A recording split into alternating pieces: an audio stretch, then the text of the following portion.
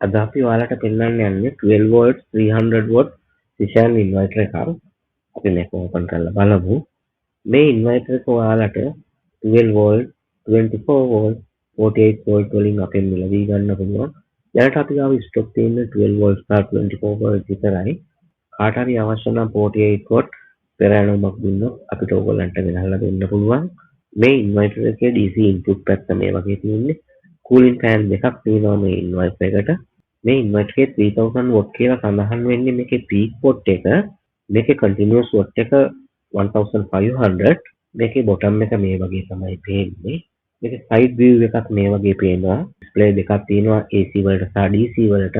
ඊට අමතරව AC output socket එක තියෙනවා.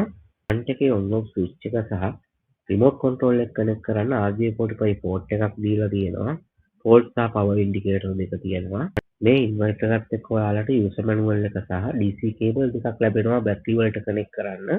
මේ user manual එකේ මේ ඉන්වර්ටර් එක පිළිබඳව සහ Shishan පවුලේ අනිත් ඉන්වර්ටර් පිළිබඳව සියලුම පැරාමීටර් සඳහන් කරලා තියෙනවා. අදත් අපිත් එක්ක වීඩියෝ එක බලන්න එකතු වෙච්ච ඔයාලට සුබ දවසක් වේවා.